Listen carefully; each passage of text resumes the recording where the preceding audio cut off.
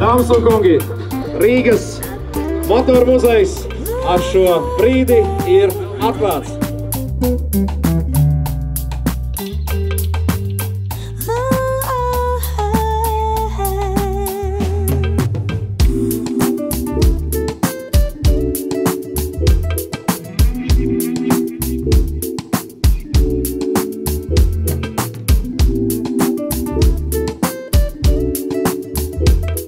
Vēlreiz visiem paldies un novēlu jaukus šos atklāšanas svētkus. Tā nav tikai ekspozīcija. Tā nav vienkārši automobīļa izstāde.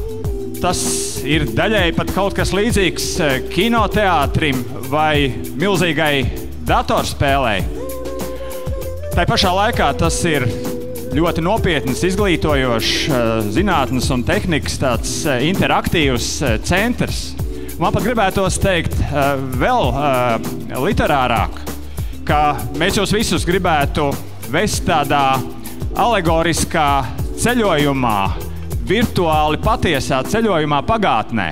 Gribu pateikt, ka šī tā vieta, kur visi var satikties. Un satikties ne tikai autoentuziasti, restaurātori, automīlētāji, bet šis ir arī, kā jau minējām, zinātnes centrs. Tas ir domāts jauniešiem, šeit var braukt ģimenes ar bērniem, katram būs ko darīt.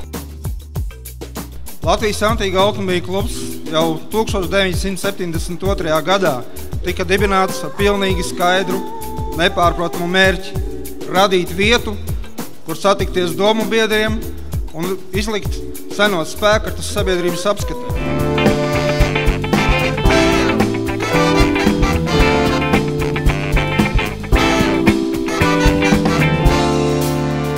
Šodien mēs patiešām gribam parādīt kaut ko jaunu un kaut ko ļoti nozīmīgu Latvijas vēsturē.